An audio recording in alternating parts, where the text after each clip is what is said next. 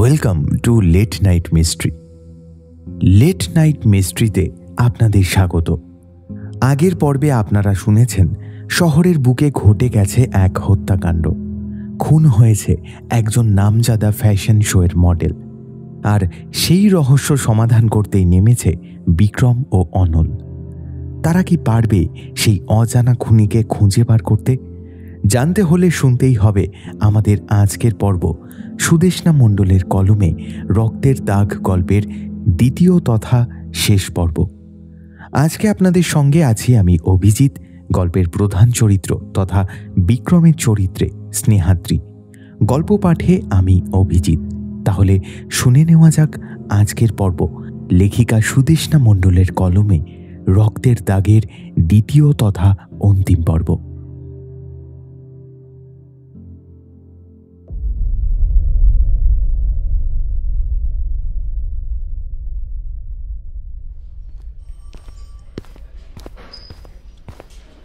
বিক্রম নিজের ঘরে ঢুকেই দেখল কুশল বাবু ওর জন্য অপেক্ষা করছে। এটা কি রকম হলো? আপনাকে বলেছিলাম আমার ভাইকে খুঁজে বার করতে, তা না করে আপনি ক্রিমিনালের মতো থানায় ধরে এনেছেন কেন? আপনাদের দুই ভাইয়ের কি মিল মশাই? দুজনেই আমাকে একই প্রশ্ন করছেন। এটা কিন্তু স্বীকার করতেই হবে যে আপনাদের মধ্যে যতই বনিবনা না থাকুক, মিলটা কিন্তু এখনো একই রকম আছে। আপনি কি আমার সঙ্গে মশকরা করছেন? এ মা, না না না না না, আপনার সাথে মশকরা কেন করব? আমি তো আপনাদের দুই ভাইয়ের প্রশংসা করছিলাম। আর প্রশংসা না করে ওকে ছেড়ে দিন, আমাদের উকিল কিছুক্ষণের মধ্যেই এসে যাবে। বিক্রম এবার নিজের চেয়ার ছেড়ে উঠে দাঁড়িয়ে বলল, কেউ আসবে না কুশলবাবু, আর কুন্তলবাবুকে এখন ছাড়া যাবে না।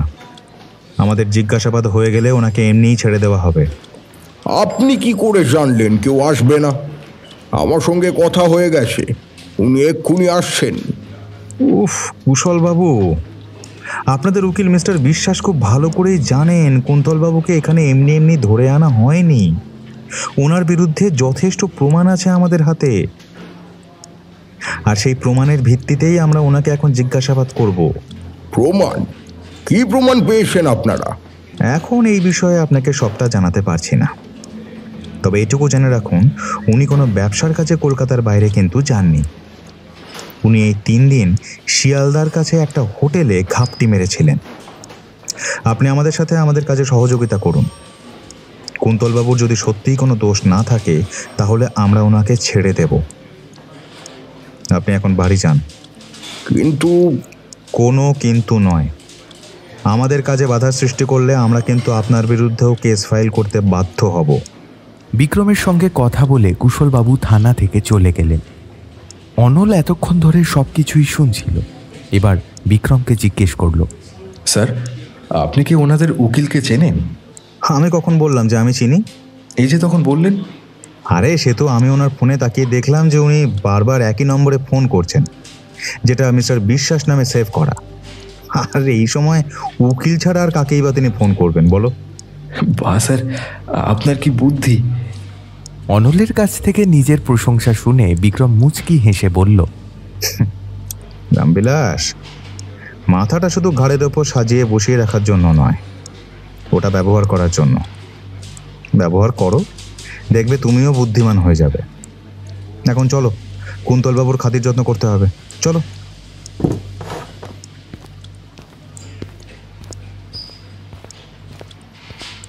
কুন্তলবাবু মাথা নিচু করে বসেছিলেন। বিক্রম আর অনলকে ঘরে ঢুকতে দেখে মুখটা তুললেন।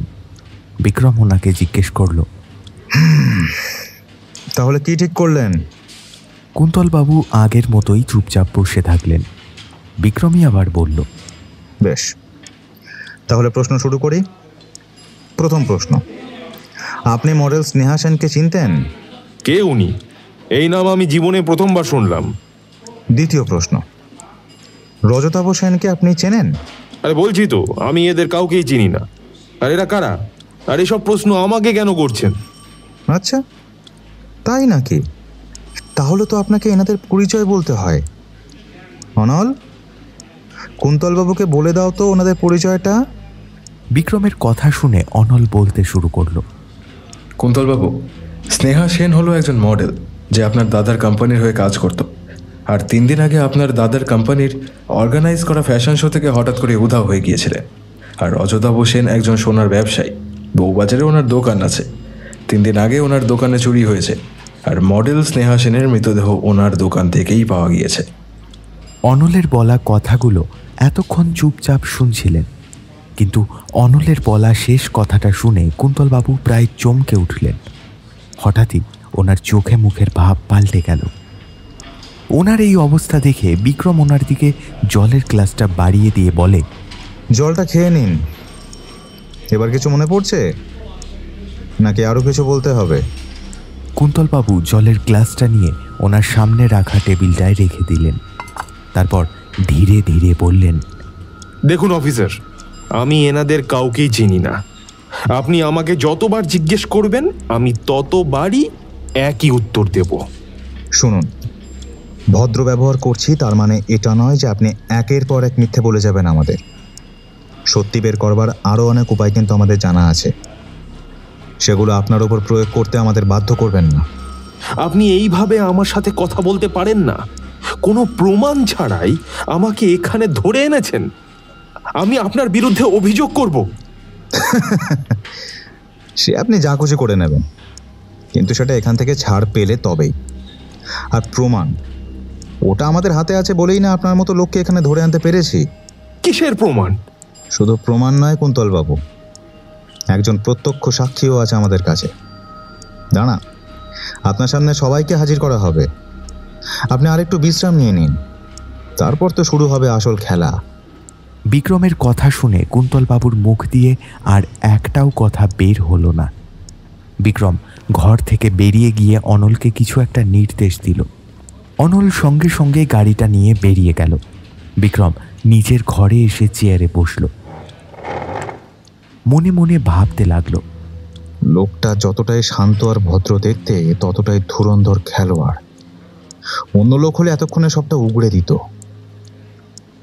তবে আর কিছুক্ষণের অপেক্ষা, তারপর বাপ বাপ বলে সবকিছু উগড়াবে।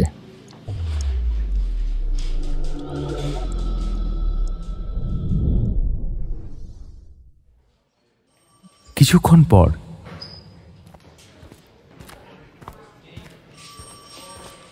স্যার, নিয়ে এসেছি। অনলের কথা শুনে বিক্রম চেয়ার ছেড়ে উঠে দাঁড়িয়ে বলল, চলো তাহলে, আর দেরি করে লাভ নেই। ওরা দুজনে কুন্তলবাবুর কাছে এলো। বিক্রম কুন্তলবাবুর দিকে ঝুঁকে ধীরে ধীরে বলল, এতক্ষণ ধরে আমাদের অনেক মিথ্যা বলেছেন, আপনাকে অনেক সুযোগ দিয়েছি, কিন্তু আর নয়, আপনার সময় শেষ। এরপর আর একটাও মিথ্যা কথা বললে পা দুটো দড়ি দিয়ে বেঁধে উপর থেকে নিচের দিকে ঝুলিয়ে দেব। তখন পুরো পৃথিবীটা উল্টো দেখবেন, আর পেট থেকে সব কথা তখন গড়গড় করে মুখ দিয়ে বেরোবে। ক্লিয়ার? আপনার কাছে কোনো প্রমাণ নেই আমার বিরুদ্ধে। আপনি আমার কিচ্ছু করতে পারবেন না। আমি আপনার নামে অভিযোগ করব। অভিযোগ যত খুশি করবেন, কিন্তু এখান থেকে ছাড়া পেলে তো। আর প্রমাণের কথা বলছিলেন না, এটা হচ্ছে আপনার বিরুদ্ধে প্রথম প্রমাণ। কি এটা? স্নেহার কল ডিটেলস। আপনি ওকে আগে থেকেই চিনতেন, ওর সঙ্গে আপনার প্রায় ফোনে কথা হতো। এমনকি উধাও হয়ে যাওয়ার আগেও আপনার সাথে ফোনে কথা হয়েছিল। কুন্তলবাবু কিছু একটা বলতে যাচ্ছিলেন, ওনাকে থামিয়ে দিয়ে বিক্রম বলল, এখন একটাও কথা বলবেন না।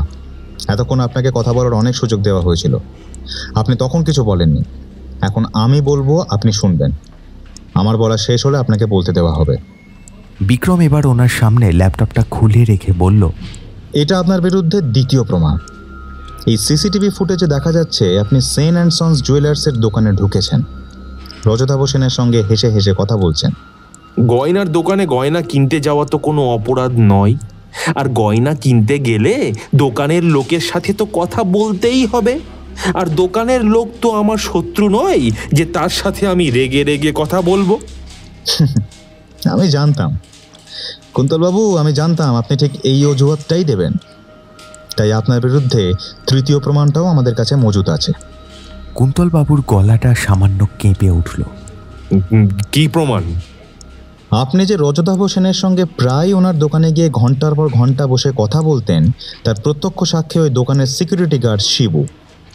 পুলিশের জেরায় ও সেটা স্বীকার করেছে যে আপনাকে ওই দোকানে প্রায় সে দেখেছে।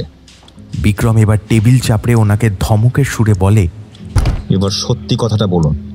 বিক্রমের ধমক খেয়ে কুন্তলবাবু ধীরে ধীরে বলতে শুরু করলেন, আসলে বেশ কয়েক মাস ধরে আমার ব্যবসা ভালো চলছিল না। রজতাবকে আমি কলেজ জীবন থেকেই চিনি, তাই একদিন রজতাবের কাছে যাই কিছু সাহায্য পাওয়ার আশায়। কিন্তু ওখানে গিয়ে জানতে পারি ওরও ব্যবসা নাকি ভালো চলছে না। সেদিনের মতো ওখান থেকে চলে আসি। তারপর প্রায়ই ওর দোকানে যেতাম, ওর সাথে বসে কিছুক্ষণ গল্প করতাম। একদিন কথায় কথায় ও বলল ওর মাথায় নাকি একটা দারুণ প্ল্যান আছে, যেটাতে নাকি আমার আর ওর দুজনেরই লাভ হবে। কি প্ল্যান? কুন্তলবাবু মাথা নিচু করেই বলতে থাকেন, ওর দোকানে মিথ্যে চুরির নাটক করতে হবে, তাহলে ইন্স্যুরেন্সের অনেক টাকা পাওয়া যাবে। সেই টাকা দিয়ে ও আবার নিজের ব্যবসাটা নতুন করে দাঁড় করাতে চেয়েছিল। তার জন্য আমাকে সাহায্য করতে বলেছিল, কিন্তু তখন আমি ওর প্রস্তাবে রাজি হইনি।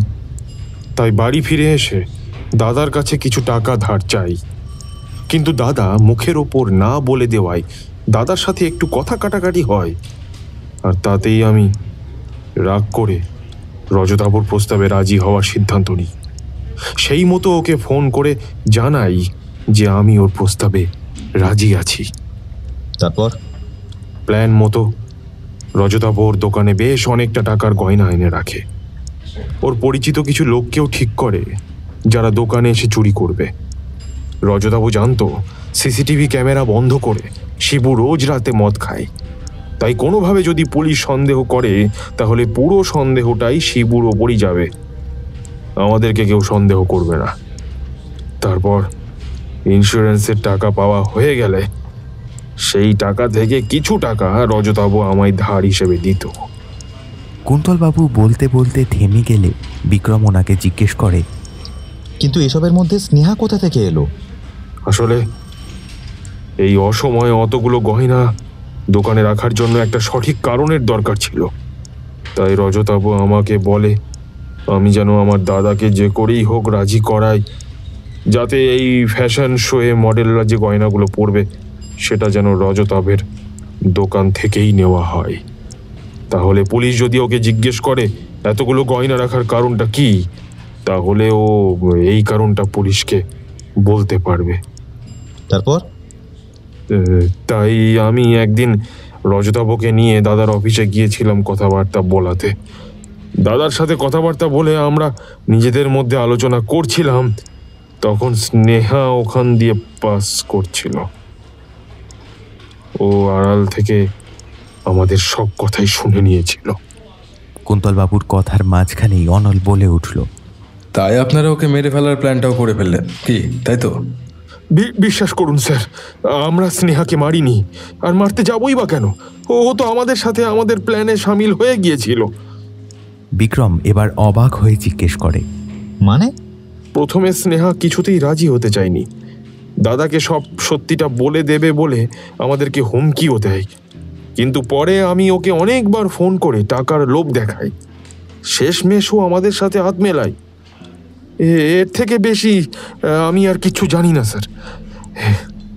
এতটা বলে কুন্তলবাবু থামলেন। কুন্তলবাবু, আপনি কিন্তু এখনো আমাদের সব সত্যিটা বলছেন না। সব সত্যিটা তাড়াতাড়ি বলুন। এমনিই আপনি অনেক অপরাধ করেছেন রজতাবুর সঙ্গে চুরির প্ল্যানে সামিল হয়ে, তার শাস্তি আপনাকে পেতেই হবে। এবার বলুন, স্নেহাকে কেন মারলেন? আমি মারিনি স্যার, আমি মারিনি। বিক্রম এবার আরো জোরে বলে উঠল, হ্যাঁ হ্যাঁ, আপনি মেরেছেন ওকে। বারবার বিক্রমের কাছ থেকে একই কথা শুনে কুন্তলবাবু মুখ ফসকে বলে উঠলেন, না না, আমি ওকে মারিনি, আমি তো শুধু ওকে ঘুমের ওষুধ দিয়েছিলাম। নিজের মুখে নিজের অপরাধ স্বীকার করার পর কুন্তলবাবু নিজের 2 হাত দিয়ে মুখ ঢেকে বলে ওঠেন, স্নেহার সাথে কথা বলে আমি বুঝতে পারি ও খুব লোভী একটা মেয়ে, যে টাকার জন্য সব কিছু করতে পারে। তাই আমিও একটা প্ল্যান করে ফেলি। কি প্ল্যান? আমি জানতাম স্নেহা দাদার ফ্যাশন শোয়ের শো স্টপার, আর ও যদি না হাঁটে তাহলে দাদার অনেক ক্ষতি হবে। তাই দাদার ফ্যাশন শোটা খারাপ করবার জন্য আমি স্নেহাকে অনেক টাকার অফার করি, যাতে ও সেই দিন ওই ফ্যাশন শোয়ে না হাঁটে। ও টাকার কথা শুনে রাজিও হয়ে যায়।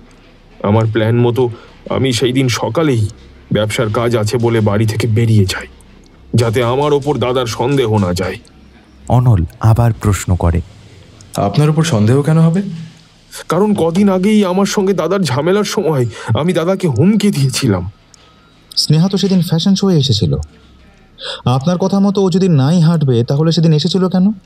ও বলেছিল শেষ মুহূর্তে কোনো একটা বাহানা করে ও আর হাঁটবে না, তাহলে ওরাও শেষ মুহূর্তে অন্য কোনো মডেলকে আনতেও পারবে না। এটা শুনে আমি ওর কথায় রাজি হয়ে যাই, কিন্তু যখন আমি আমার স্ত্রীর মুখে পরের দিন সবটা জানতে পারি তখন আমি খুব অবাক হয়ে যাই। তারপর তো আপনারা সবটাই জানেন। এতক্ষণ জিজ্ঞাসাবাদ করার পর বিক্রম চেয়ার ছেড়ে উঠে দাঁড়িয়ে অনলকে বলল, যাও, রজতাভবাবুকে খাতির যত্ন করার জন্য এখানে নিয়ে এসো। বেশি গাঁই গাঁই করলে কুন্তলবাবুর বয়ান তো রেকর্ড করাই আছে।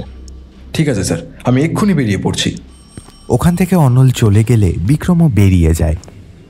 নিজের কেবিনের দিকে আসতে গিয়ে হঠাৎ ওর ফোনটা বেজে ওঠে। ফোনটা ধরে ও বলে, হ্যালো স্যার, বলুন।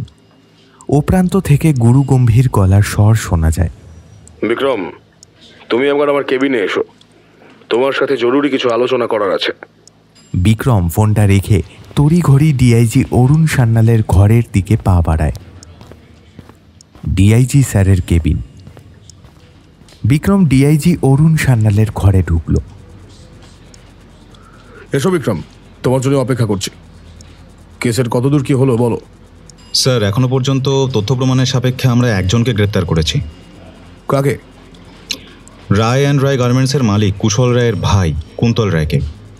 উনি কি খুনের সাথে জড়িত? না স্যার, তবে চুরির সাথে প্রত্যক্ষভাবে জড়িত। আমাদের কাছে ওনার বিরুদ্ধে প্রমাণ আছে, আর উনি আমাদের জেরায় সবটা স্বীকারও করেছেন। সেটার একটা ভিডিও রেকর্ড আমরা করে রেখেছি, পরবর্তীকালে কোর্টে পেশ করতে যাতে সুবিধা হয়। বাহ, খুব ভালো করেছো। স্যার, আর একটা কথা। কি বলো? কুন্তলবাবু কিন্তু একা এত কিছু করেননি। এইসবের মধ্যে ওনার একজন সঙ্গীও কিন্তু আছে। কে সে? এই প্ল্যানের আসল মাথা, সেন অ্যান্ড সানস জুয়েলার্সের মালিক রজতাভ সেন। উনি মিথ্যে চুরির নাটকটা করে ইন্স্যুরেন্স কোম্পানির টাকা হাতানোর প্ল্যান করছিলেন। এই প্ল্যানে ওনার সঙ্গে কুন্তলবাবুও সমান অংশীদার ছিলেন। তবে সবথেকে আশ্চর্যের বিষয় হলো, এই প্ল্যানে স্নেহাও কিন্তু ওদের আর একজন অংশীদার ছিল। তাহলে নিজেই নিজের প্ল্যানের শিকার হলো কি করে? সেটাই খুঁজে বার করতে হবে স্যার। আমাকে আর কয়েকটা দিন সময় দিন, আর রজতাভবাবুকে নিয়ে আসার জন্য লোক পাঠিয়েছি। আচ্ছা ঠিক আছে, কিন্তু তোমাকে আমি আর একটা দিন সময় দিতে পারবো, তার বেশি নয়। তোমাকে যা করার এই একদিনের মধ্যেই করতে হবে, আর এরপর কি হলো আমাকে জানিও। ঠিক আছে স্যার। বিক্রম অরুণ সান্যালের ঘর থেকে বেরিয়ে গেল।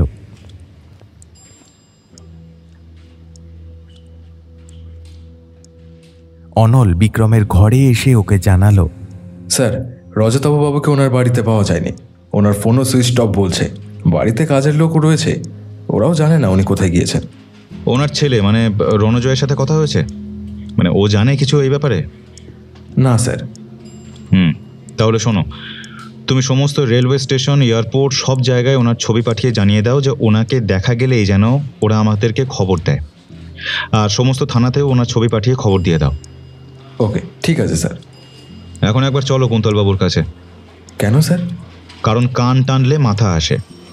আমরা কানটাকে টেনেছি, মাথাকে ধরবার আগেই সেই মাথা ফুরুত হয়ে গেছে, তাই আবার কানের কাছে যেতে হবে মাথার সন্ধানে। বিক্রমের বলা কথাগুলোর মাথা মুন্ডু কিছুই বুঝতে না পেরে অনল চুপচাপ ওর পিছন পিছন গেল। বিক্রম কুন্তলবাবুর কাছে এসে ব্যঙ্গের সুরে বলে, কুন্তলবাবু, আপনার পরম মিত্র তো আপনাকে বিপদে একা ফেলে পগার পার হয়ে গেল। এবার তো তাহলে পুরো শাস্তিটা আপনাকে একাই পেতে হবে। এতক্ষণ কুন্তলবাবু মাথা নিচু করেই বসেছিলেন। বিক্রমের বলা কথাটা শোনা মাত্র উনি মাথা তুলে বিক্রমের দিকে তাকিয়ে বললেন, কেন? আমি যখন একা পুরো দোষ করিনি, তাহলে পুরো শাস্তিটা একা পাবো কেন? বিক্রম মনে মনে ভাবে, বুদ্ধিটা এখনো টনটনে আছে তাহলে। বিক্রম কুন্তলবাবুর দিকে তাকিয়ে বলে, তাই তো কিন্তু রজতাভবাবুকে পাওয়া না গেলে তো আপনাকেই সব শাস্তি পেতে হবে। এখন আপনি যদি আমাদেরকে রজতাভবাবুর হদিশ দিতে পারেন তাহলে আপনার শাস্তি কিছুটা হলেও কমতে পারে। কিন্তু আমি কি করে জানবো রজতাভু এখন কোথায়? আপনারা যখন প্ল্যান করছিলেন তখন রজতাভবাবুকে কিছু বলতে শুনেছিলেন? এই সমস্ত ঘটনার পরে উনি কোথায় যাবেন বা সেই ব্যাপারে কিছু? কুন্তলবাবু কিছুক্ষণ ভেবে নিয়ে তারপর বললেন, হ্যাঁ স্যার, ও বলেছিল ইন্স্যুরেন্সের টাকা পেলেই ও নিজের দিদির বাড়ি দিল্লি চলে যাবে, তারপর এখানে সব কিছু ঠান্ডা হয়ে গেলে আবার ফিরে আসবে। ওনার দিদির বাড়ি দিল্লিতে কোথায় সেটা আপনি জানেন? না স্যার, সে তো আমি জানি না, আর এই ব্যাপারে ও আমাকে কখনো কিছু বলেও নি। বিক্রম ওনার কথা শুনে অনলকে বলল, চটপট খোঁজ নিয়ে দেখো রজতাভবাবু ইন্স্যুরেন্সের টাকা পেয়েছেন কিনা, আর তার সাথে গত দুদিনে দিল্লি যাওয়ার সমস্ত ট্রেনের যাত্রীদের তালিকা ভালো করে দেখে নাও। ওখানে রজতাভবাবুর নাম আছে কিনা সেটাও দেখো। স্যার, উনি যদি রিজার্ভেশন না করে এমনিই যান তাহলে? সেটার চান্স কম, কারণ অতগুলো টাকা নিয়ে রিজার্ভেশন ছাড়া রজতাভবাবু এমনি যাওয়ার ঝুঁকি নেবেন না। তাই তুমি আগে খোঁজ নাও ইন্স্যুরেন্সের টাকা উনি পেয়েছেন কিনা, তারপর যাত্রীদের তালিকা দেখবে। ঠিক আছে স্যার। ওরা দুজন ওখান থেকে চলে গেল। বিক্রম নিজের কেবিনে বসে কেসটা নিয়েই ভাবছিল। ঠিক তখনই ওর কি মনে হতে রঘুকে ফোন করলো। কিরে, যে খবরগুলো জোগাড় করতে বলেছিলাম সেগুলো করেছিস? ও প্রান্ত থেকে রঘুর গলা ভেসে এলো, হ্যাঁ স্যার, ওর প্রাক্তন প্রেমিকের খোঁজ পেয়ে গেছি স্যার। ওর নাম হচ্ছে রাজীব দাস, আমাদের পাশের পাড়াতেই থাকে। একটা ভাড়া বাড়িতে বাবা মা ছোট বোনকে নিয়ে থাকে স্যার, আর রায় অ্যান্ড রায় গার্মেন্টসে কাজ করে। অবস্থা খুব একটা ভালো নয়, বাবার হার্টের অসুখ, মা বাড়ি বাড়ি বাসন মাজার কাজ করে, আর বোনটা স্কুলে পড়ে। রঘুর কথাগুলো শুনে বিক্রম ওকে রাজীবের একটা ছবি পাঠাতে বলে। ছবিটা দেখেই বিক্রমের কেমন চেনা চেনা লাগে।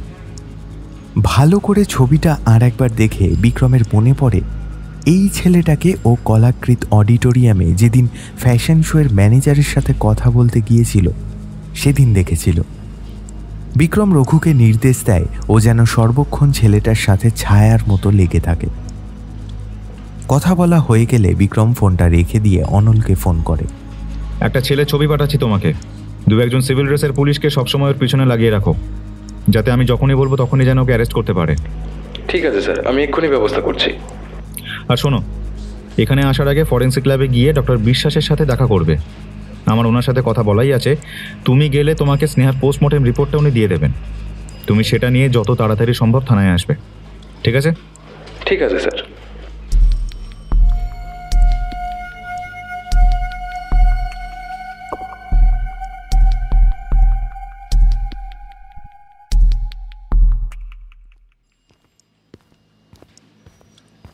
স্যার, আসবো?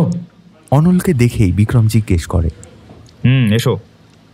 সব ব্যবস্থা হয়ে গেছে? হ্যাঁ স্যার, কিন্তু ছেলেটা কে স্যার? স্নেহার প্রাক্তন প্রেমিক রাজীব দাস।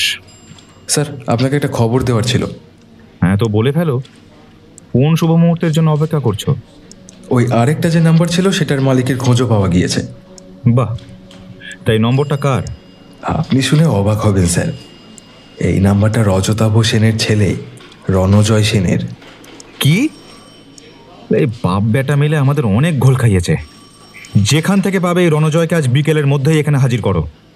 ওদের কথার মাঝখানে অনলের ফোনটা বেজে উঠল। ফোনে কথা বলে নিয়ে ও বিক্রমকে বলল, স্যার, রজতাভবাবু ইন্স্যুরেন্সের টাকা পেয়ে গিয়েছেন, আর বিকেল 4টে নাগাদ শিয়ালদা থেকে রাজধানী এক্সপ্রেসের টিকিট কেটেছেন উনি। তাহলে আর শুভ কাজে দেরি কেন? এক্ষুনি লোক পাঠিয়ে দাও। ওদেরকে বলে দিও রজতাভবাবু যেন ট্রেনে ওঠার আগেই পুলিশের জিম্মায় চলে আসেন। আর এদিকে রণজয়ের কিছু খবর পেলে? খোঁজ চলছে স্যার। আচ্ছা, ঠিক আছে। বাপকে যখন ধরা গেছে তখন ছেলে তো কিছুই নয়, আর পালিয়ে যাবেই বা কোথায়?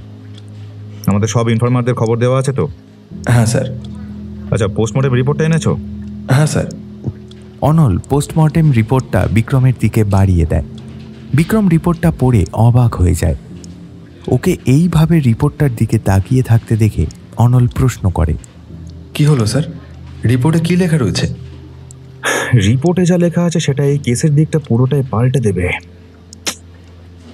রিপোর্ট বলছে স্নেহা নাকি 1 মাসের অন্তঃসত্ত্বা ছিল। সে কি? তাহলে তাহলে এবার কি হবে স্যার? কিছু বুঝতে পারছো? কি স্যার? চুরি আর খুন এই দুটোর মধ্যে যে যোগসূত্রটা আমরা খুঁজছিলাম সেটা কি এবার বুঝতে পারলে? না স্যার। তুমি একটা আস্ত হাঁদারাম। আমার স্ত্রীও তাই বলে স্যার, কিন্তু কিন্তু স্যার দুটো ঘটনা তো আলাদা। আরে না না রামবিলাস, দুটো ঘটনা আলাদা নয়।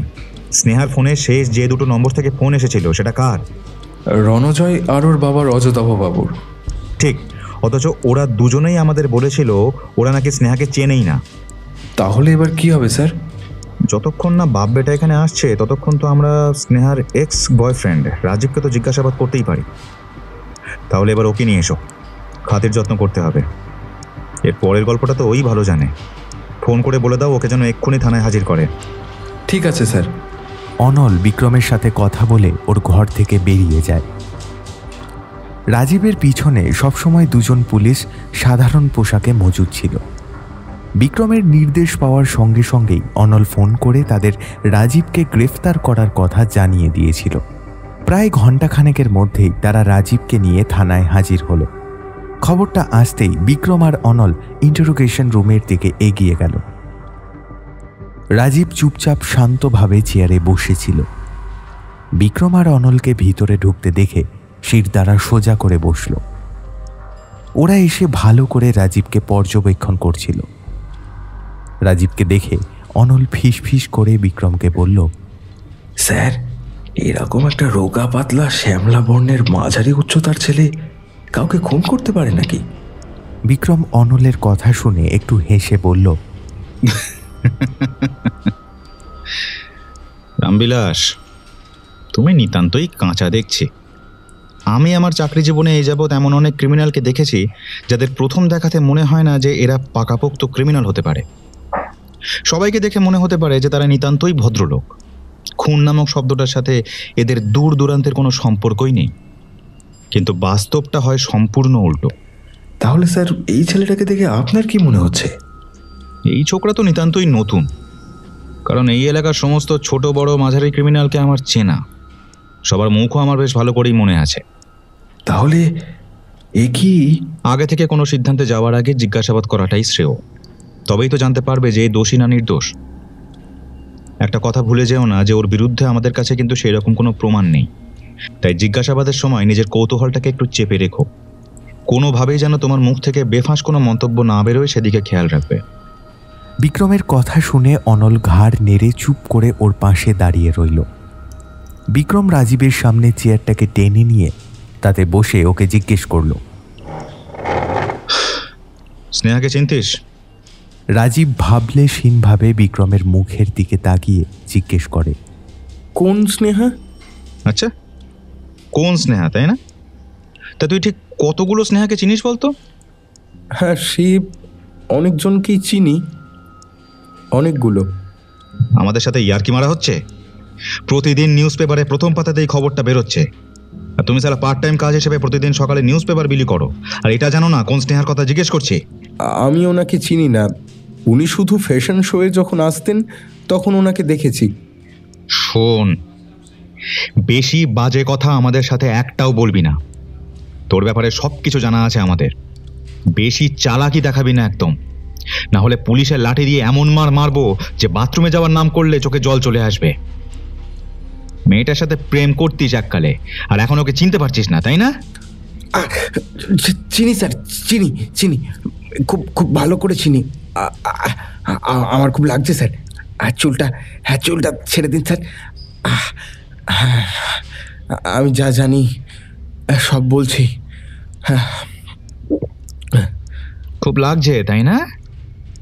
তো স্নেহাকে খুন করার সময় মনে ছিল না যে পুলিশে ধরলে কি কি হবে? নাকি ভেবেছিলে এত বড় একটা জঘন্য অপরাধ করবি আর তোকে এমনি এমনি পুলিশ ছেড়ে দেবে? স্যার, আমি সত্যি বলছি, আমি ওকে মারিনি। আমি তোকে ভালোবাসতাম স্যার, ভালোবাসতাম। তাহলে প্রথমে চিনিস না বললি কেন? আমি পুলিশের ফালতু ঝামেলায় জড়াতে চাইনি। বাড়িতে অসুস্থ বাবা মা বোন আছে, আমার যদি কিছু হয়ে যায় তাহলে ওদের কি হবে সেই ভেবেই আমি এই সব কিছু থেকে নিজেকে দূরে রাখতে চেয়েছিলাম। তুই নির্দোষ হলে তোকে আমরা এমনিই ছেড়ে দেব, কিন্তু তার আগে তুই যা জানিস সবটা আমাদেরকে বল। ঠিক আছে স্যার, আমি সব বলবো, সব। বিক্রম এবার এক এক করে ওকে প্রশ্ন করতে শুরু করে। ও প্রথমে জিজ্ঞেস করে, ভালোবাসতিস যখন তখন ছাড়াছাড়ি হয়ে গিয়েছিল কেন? আর তুই তো ওকে ওর রুমমেটের সামনেই শাসিয়েছিলিস যে তুই ওকে দেখে নিবি।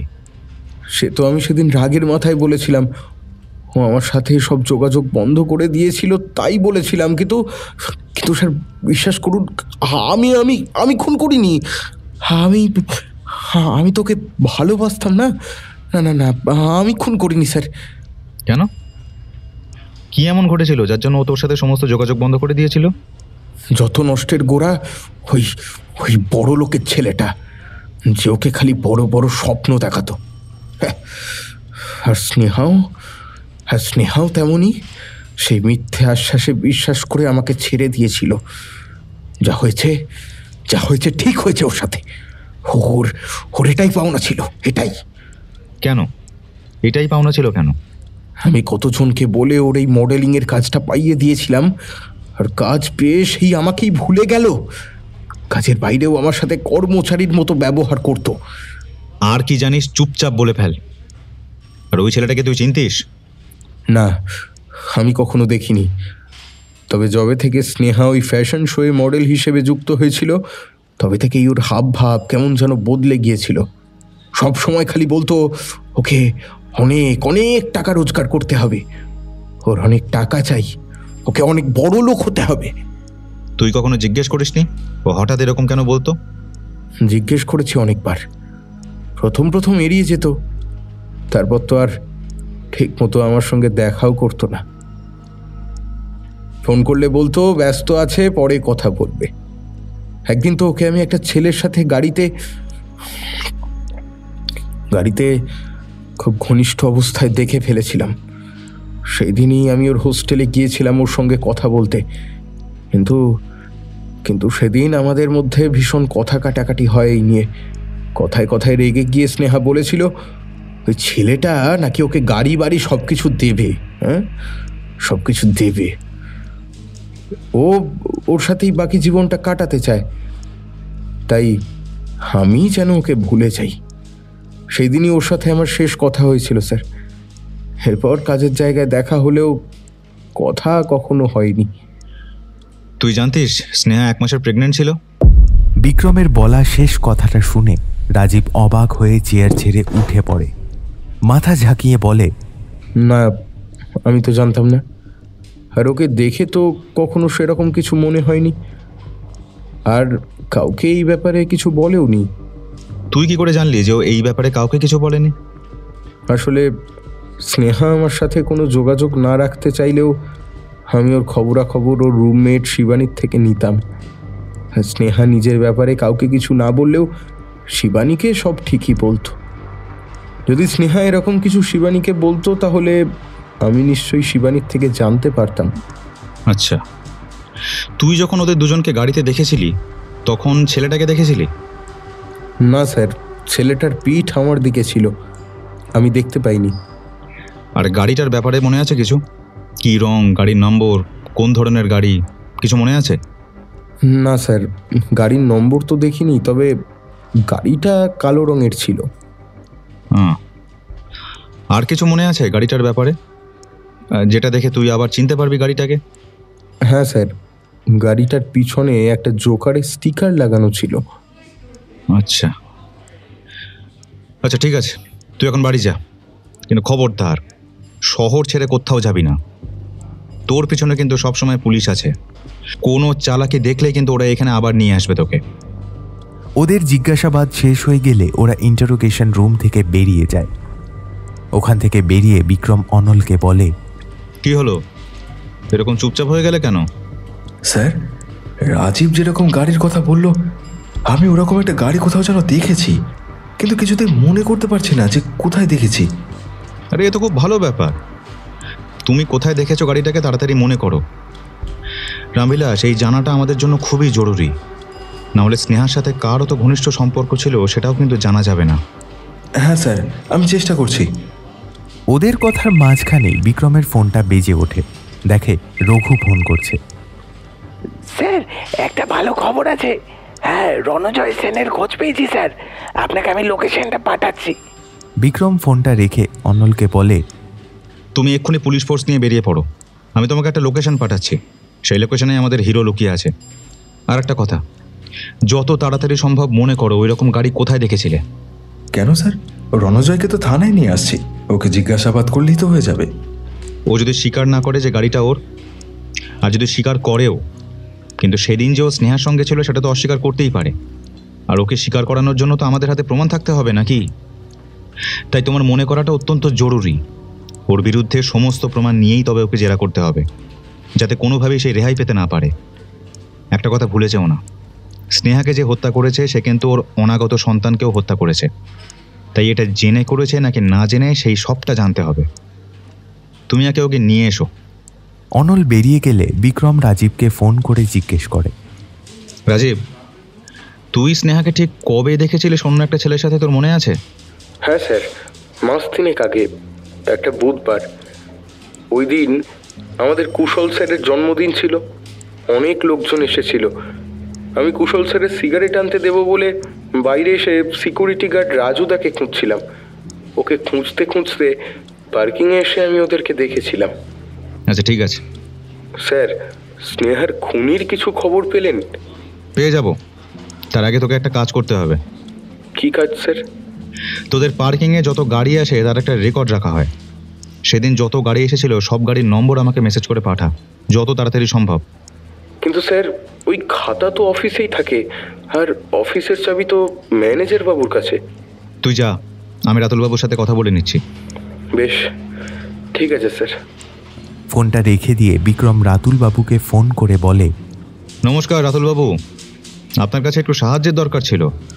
হ্যাঁ হ্যাঁ, বলুন না স্যার, আপনাকে আমি কিভাবে সাহায্য করতে পারি? রাতুলকে সবটা বুঝিয়ে দিয়ে বিক্রম অপেক্ষা করতে থাকে। কিছুক্ষণের মধ্যেই ওর ফোনে আসা সেদিনের সমস্ত গাড়ির নাম্বার আর অতিথিদের তালিকা চলে আসে। তালিকাটা পুরো দেখে নিয়ে বিক্রমের মুখে একটা হাসি ফুটে ওঠে। বিক্রম ফোনে রাতুলবাবুর পাঠানো তালিকাটা ভালো করে দেখে নিয়ে ওনাকে আবার ফোন করে। রাতুলবাবু, আপনার পাঠানো এই তালিকাটার একটা কপি আমরা রাখতে চাই। আমি আপনাদের কর্মচারী রাজীবকে পাঠাচ্ছি, ওর হাত দিয়ে দুটো তালিকার একটা করে কপি আমাকে পাঠিয়ে দিন। আচ্ছা, ঠিক আছে। আর একটা কথা জানার ছিল। হ্যাঁ বলুন। তালিকায় রণজয় সেন নামটা দেখলাম। ইনি তো কুশলবাবুর পরিবারের কেউই নন, তাহলে ইনি কে? আসলে স্যার, ওই দিন কুশলবাবুর ছেলে তুষার স্যারের কয়েকজন বন্ধু এসেছিল, রণজয় সেন তাদের মধ্যেই একজন। আচ্ছা, ঠিক আছে। বিক্রম ফোনটা রাখতেই খেয়াল করলো ওর সামনে অনল দাঁড়িয়ে আছে। ওকে এখন ওর সামনে দেখে বিক্রম জিজ্ঞেস করলো, এ কি, তুমি এখন এখানে কেন? তোমাকে তো আমি রণজয়কে আনতে পাঠালাম। আসলে স্যার, আমার একটা কথা মনে পড়ে গেল, তাই চলে এলাম। আমি সাব ইন্সপেক্টর সুজয়কে পাঠিয়েছি। তোমার আবার কি এমন জরুরি কথা মনে পড়ে গেল যার জন্য যে কাজে পাঠালাম সেটা না করেই চলে আসতে হলো? স্যার, আমার মনে পড়েছে আমি ওই গাড়িটা কোথায় দেখেছি। তো তুমি তো এটা আমাকে ফোন করেই বলতে পারতে। তার জন্য রণজয় যদি হাতছাড়া হয় তবে তোমার চাকরি আমি হাতছাড়া করিয়ে ছাড়বো। বিক্রমের কথা শুনে অনল চুপচাপ মাথা নিচু করে দাঁড়িয়ে রইল। ঠিক তখনই বিক্রমের কাছে সাব ইন্সপেক্টর সুজয়ের ফোন এলো। ফোনটা ধরে কানে দিতেই ও প্রান্ত থেকে সুজয়ের গলা শুনতে পেল। স্যার, রণজয় সেনকে আমরা ধরতে পেরেছি, ওনাকে নিয়ে আমরা থানায় আসছি। ফোনটা নামিয়ে রেখে অনলের দিকে তাকিয়ে বিক্রম বলল, যাক রামবিলাস, তোমার চাকরিটা এইবার বেঁচে গেল, কিন্তু ভবিষ্যতে যেন এরকম ভুল আর না হয়। অনল বিক্রমের কথা শুনে মুখে কিছু না বলে শুধু ঘাড় নেড়ে সম্মতি জানালো। অনলকে চুপচাপ দাঁড়িয়ে থাকতে দেখে বিক্রম বলল, মুখে এরকম কুলুপ না এঁটে বলে ফেলো গাড়িটা কোথায় দেখেছো। অনল ঢোক গিলে ধীরে ধীরে বলল, স্যার, আমি যখন রজতাভ সেনের বাড়িতে গিয়েছিলাম ওনার সাথে কথা বলতে, তখন আমি ওই রকম কালো রঙের একটা গাড়ি দেখেছিলাম, যার পিছনে একটা জোকারের স্টিকারও লাগানো ছিল। বাহ, এটা একটা ভালো খবর এই কেসটার জন্য। ওদের কথার মাঝখানে একজন হাবিলদার এসে বিক্রমকে জানায় সাব ইন্সপেক্টর সুজয় থানায় এসে গেছে। বিক্রম অনলকে বলে, শোনো, তুমি এখানে কিছুক্ষণ অপেক্ষা করো। রাজীব দুটো লিস্ট নিয়ে আসবে কিছুক্ষণ পরে। ওর কাছ থেকে ওই লিস্ট দুটো নিয়ে সোজা ইন্টারোগেশন রুমে চলে যাবে। আমি এখন ওখানেই যাচ্ছি। বিক্রম চলে গেলে অনল চুপ করে চেয়ারে বসে থাকে। Interrogation room. বিক্রম ইন্টারোগেশন রুমে ঢুকতেই ভেতরে থাকা মানুষগুলোকে দেখে থমকে দাঁড়িয়ে পড়ল। ব্যঙ্গের সুরে বলে উঠল, আরে এ তো মেঘ না চাইতেই জল। সুজয়ের দিকে মুখ ঘুরিয়ে ওকে বলল, ছেলেকে ধরতে গিয়ে বাপকে কোথায় পেলে? স্যার, রণজয় সেনকে গ্রেপ্তার করার পর আমরা থানায় ফিরছিলাম। তখন রেলওয়ে পুলিশ আমাদের ফোন করে জানায় রজতাববাবুকে ওনারা ট্রেনে উঠতে না দিয়ে ওয়েটিং রুমে বসিয়ে রেখেছে। উনি অনেক চেঁচামেচি করা সত্ত্বেও ওনাকে ট্রেনে উঠতে দেওয়া হয়নি। তাই আর সময় নষ্ট না করে একেবারে ওনাকে নিয়েই এখানে এলাম। বাহ বাহ বাহ, খুব ভালো করেছো। তো খাতির যত্ন কিছু করেছো নাকি? রজতাভ বাবু এতক্ষণ চুপ করে বসেছিলেন। বিক্রমের কথা শুনে ফোঁস করে উঠে বললেন, আমার মতো ভদ্রলোককে এখানে এইভাবে নিয়ে আসার কারণটা কি? আপনি ভদ্রলোক? না না না না না না না, কখনোই নয়। আরে আপনি মশাই ভদ্রলোক হলে ভদ্রলোকের সংজ্ঞাটাই পাল্টে যাবে। খবরদার, আমার সাথে ভদ্রভাবে কথা বলুন। আপনি জানেন না আমি কে, আমার কত ক্ষমতা, আপনার সেই বিষয়ে কোনো ধারণা আছে? শুনুন, আপনার ক্ষমতা আপনি নিজের কাছেই রাখুন। ওসব আমাকে দেখিয়ে কোনো লাভ নেই। আর আমি খুব ভালো করেই জানি আপনি অতি জঘন্য একজন মানুষ, যে নিজের স্বার্থের জন্য যে কোনো অপরাধ নির্দ্বিধায় করতে পারে। অপরাধ? আমি কি এমন অপরাধ করেছি যার জন্য আমাকে এখানে ধরে আনা হয়েছে? একটা তো নয়, আপনার তো অনেক অপরাধ। প্রথমত মিথ্যে চুরির নাটক করে ইন্স্যুরেন্সের টাকা হাতানো।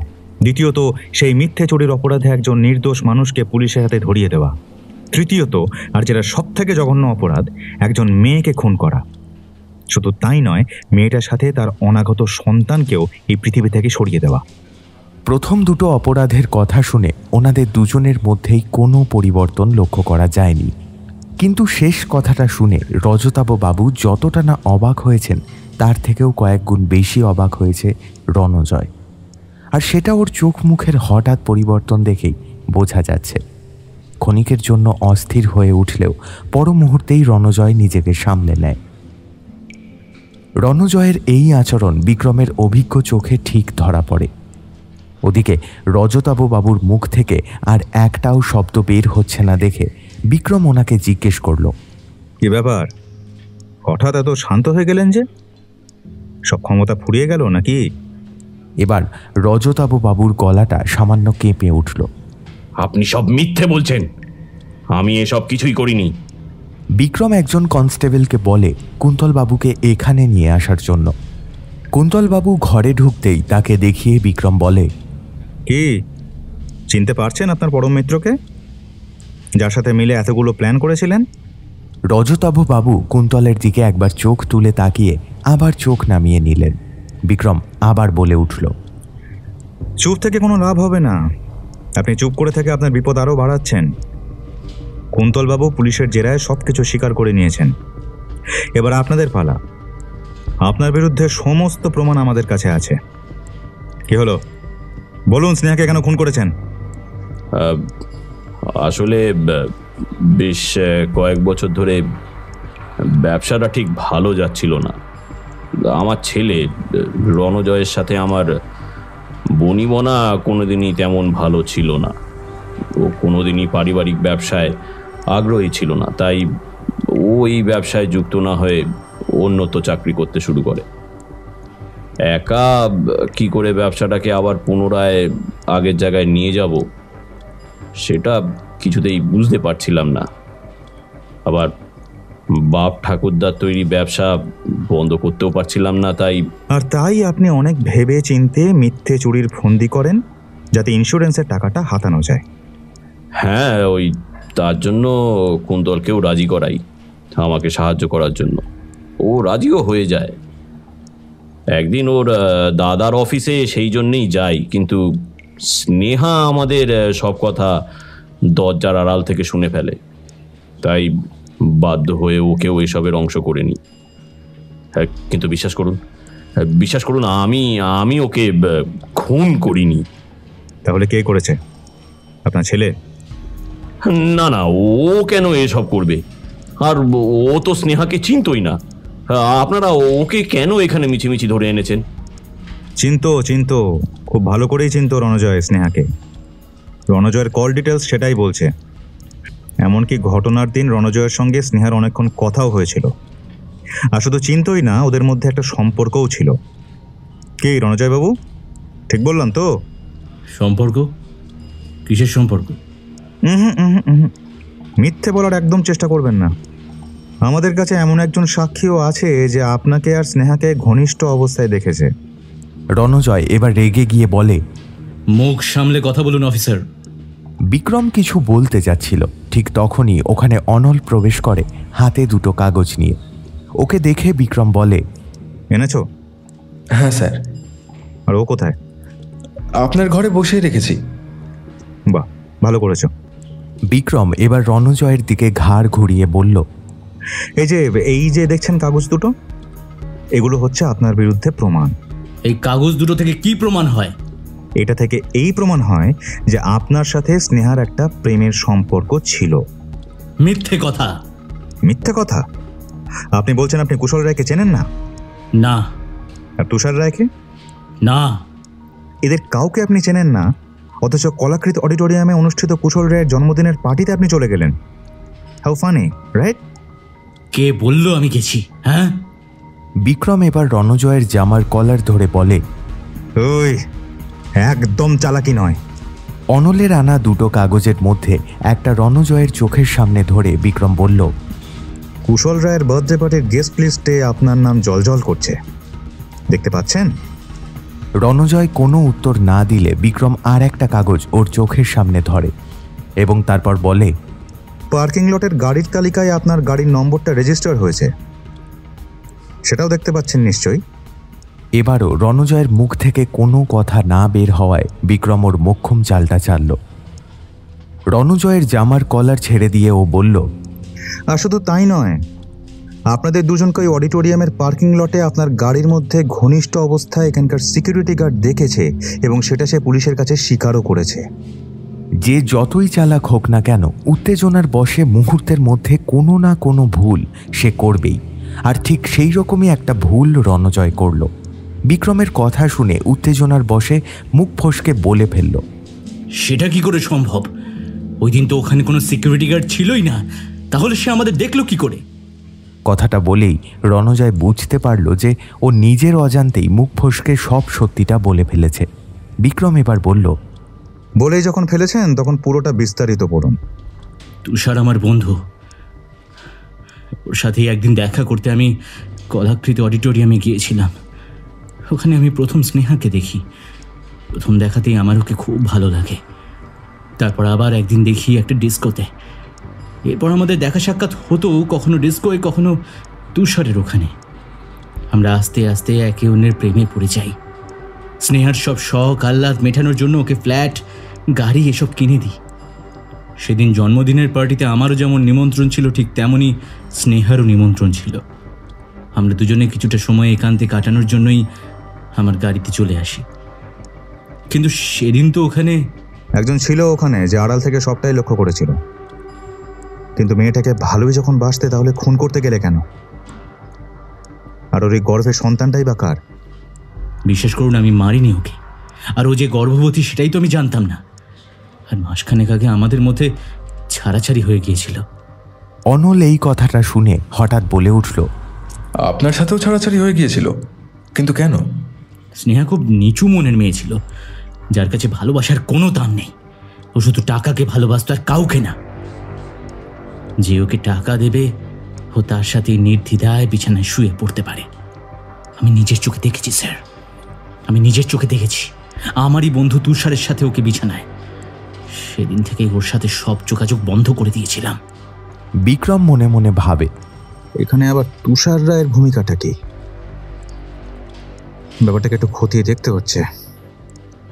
রণজয়ের কথা শোনার পর বিক্রম ইন্টারোগেশন রুম থেকে বেরিয়ে যাচ্ছিল।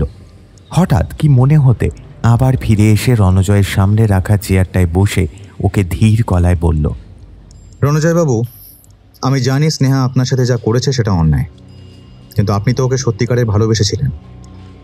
সেই ভালোবাসার খাতিরে স্নেহার খুনিকে ধরতে আমাদের সাহায্য করুন, না হলে অন্তত ওই বাচ্চাটার কথা ভেবে আপনি যা জানেন আমাদের সেটা বলুন। ওই শিশুটার তো কোনো অপরাধ ছিল না, সে তো এই পৃথিবীর আলো দেখার আগেই পৃথিবী থেকে চলে গেল। তার জন্য আপনার উচিত আসল অপরাধীকে শাস্তি পাইয়ে দেওয়ার জন্য আমাদেরকে সাহায্য করা। রণজয় তাও চুপ করে বসে থাকায় বিক্রম উঠে চলে যাচ্ছিল। তখন রণজয় বলে উঠল, দাঁড়ান, আমি যা জানি সব বলবো। আমি জানি স্নেহাকে কে খুন করেছে। কে? তুষার। আপনি জানলেন কি করে?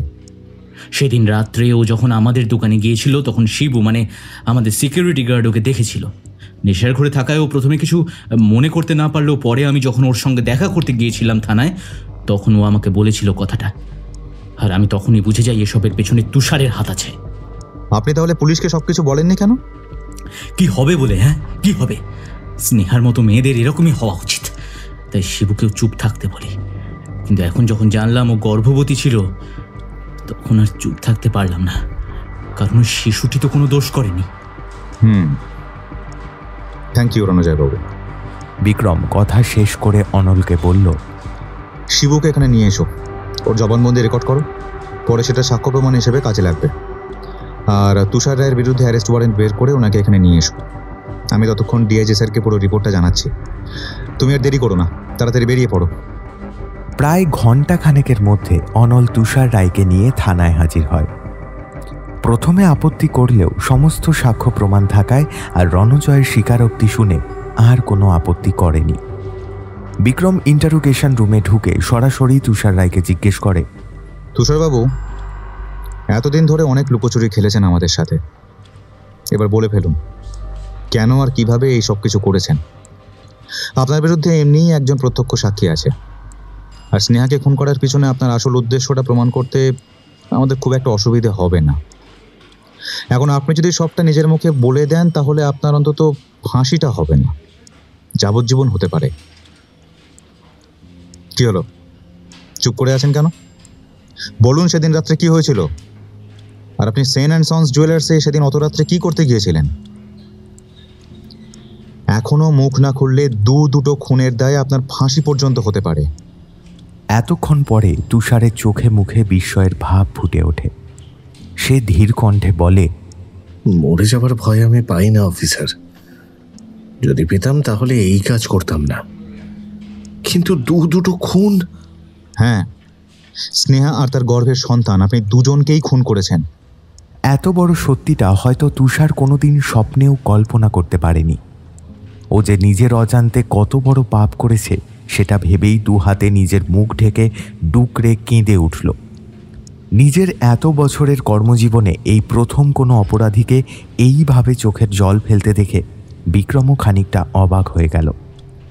তুষারের দিকে ঝুঁকে ওকে জিজ্ঞেস করল, তুষারবাবু, আপনি যে অন্যায় করেছেন তার সত্যিই হয়তো কোনো ক্ষমা হয় না, কিন্তু অপরাধ যদি নিজের মুখে স্বীকার করে নেন তাহলে শাস্তিটা কিছু কম হতে পারে।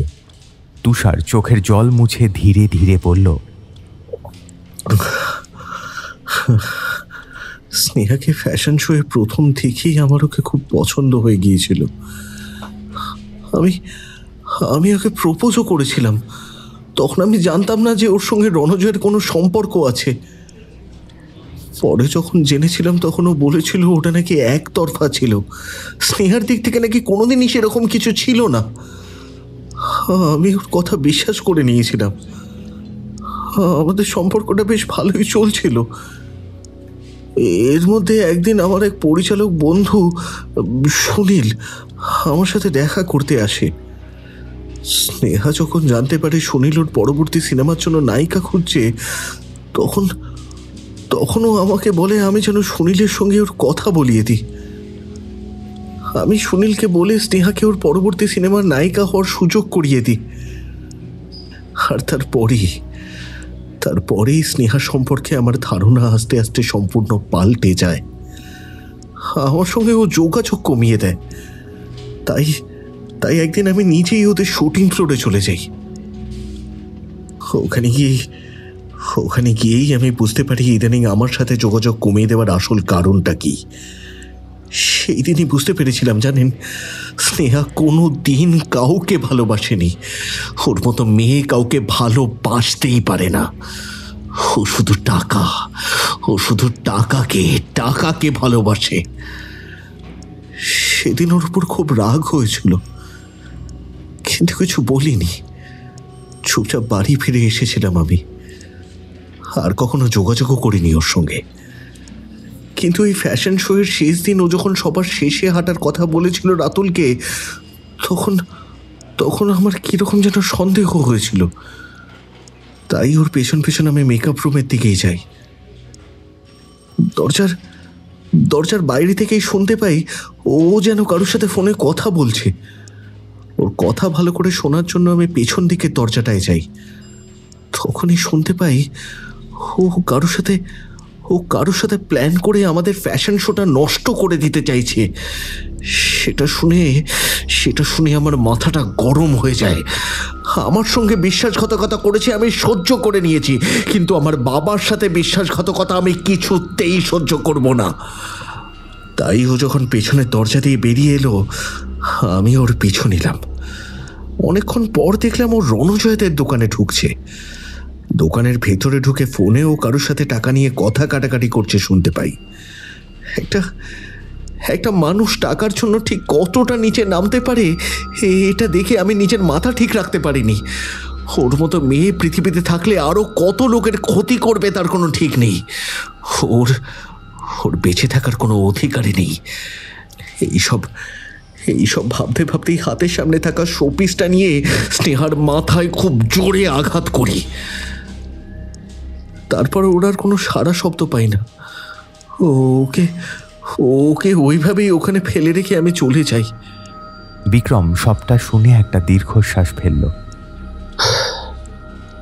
বুঝতে পারছি আপনার মনের অবস্থাটা, কিন্তু কাউকে শাস্তি দেওয়ার অধিকারটা শুধু আইনের আছে। আর আপনি আইন নিজের হাতে তুলে নিয়ে যে অপরাধটা করেছেন, তার জন্য আপনার শাস্তি হবেই। সাব ইন্সপেক্টর সুজয়কে বলল ওনাদের 4 জনকে নিয়ে যেতে। তারপর ডিআইজি স্যারকে সবটা বলে বিক্রম নিজের কেবিনে ফিরে এলো। এই প্রথম কোনো কেস সমাধানের পরেও বিক্রম ঠিক আনন্দিত হতে পারছে না। ওকে এরকম চুপচাপ দেখে অনল বলল, স্যার, আপনি কেসটার সমাধান করেও এত গম্ভীর হয়ে আছেন কেন? ডিআইজি স্যার আপনার কত প্রশংসা করলেন।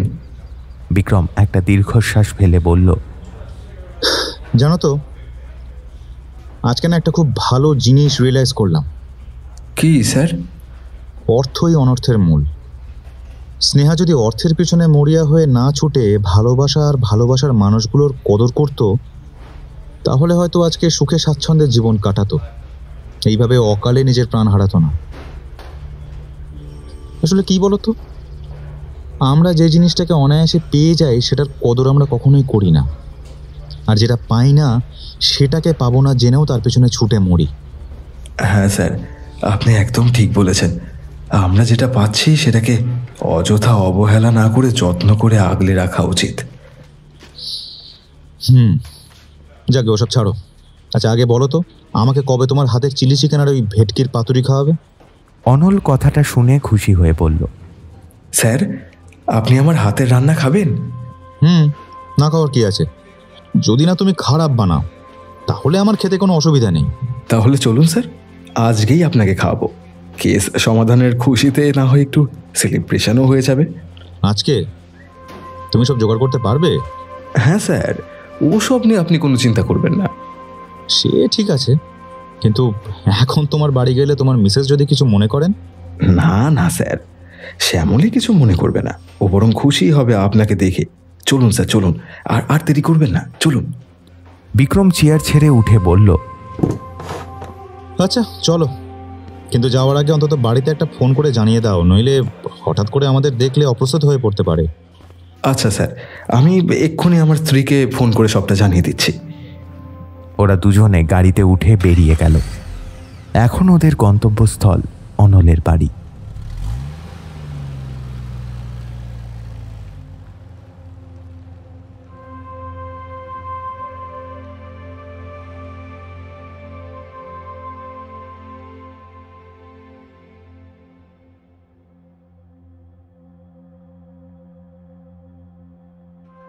ধন্যবাদ আমাদের সঙ্গে থাকার জন্য।